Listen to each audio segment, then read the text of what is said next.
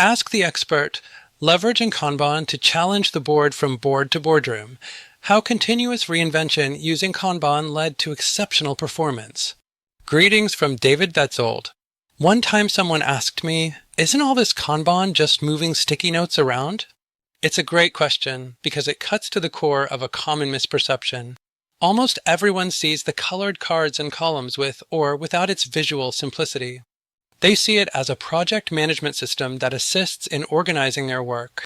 But let me tell you that the real power of Kanban doesn't lie in what you see, but in what you can't. The real power of Kanban is not visualizing work, but visualizing reality. It is the spinning wheel of perpetual reinvention, suited to an age of ongoing instability. It calls upon us to confront important facts about our work. What is actually slowing us down? Why are we stalling?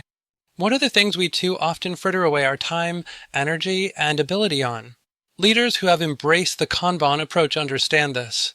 They know a board isn't a static object, it's an active reflection of their health as a whole. They not only use it to play cards, but also to sense the slightest friction points, sometimes tiny, sometimes nearly imperceptible, that keep teams from achieving their potential. It is not just an issue of efficiency. It is building a culture of adaptive leadership. It is also enabling your team to be problem solvers and creating a process that is always inspecting, adapting, and refining. It is creating an organization that can anticipate and dominate change, rather than just react to it. So I'll ask you the question, are you just shifting cards, or are you leading a journey of sustained improvement? The Kanban system is amazing as an optimization mechanism over time, but its deployment is most beneficial when people use it as an engine of growth. What is one uncomfortable truth your team discovered and addressed using the Kanban approach? Share your story below.